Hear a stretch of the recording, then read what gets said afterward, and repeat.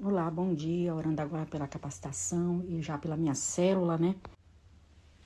Célula de hoje, já consagrando os materiais, eu creio que vai ter grande colheita, porque o Senhor é bom. E em Gênesis, capítulo 28, versículo 3, diz assim, ó. Que o Deus Todo-Poderoso abençoe e lhe dê muitas descendentes, para que de você saiam muitas nações. Eu meditando nesse versículo, que é o versículo para a gente estar orando para capacitação, eu creio assim que Deus, a prosperidade começa com as bênçãos de Deus.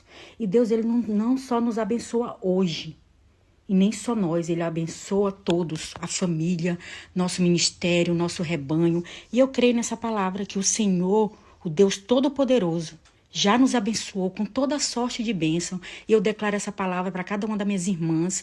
Creia, receba, se posicione. E eu creio que sábado será um grande mover lá na igreja. Amém.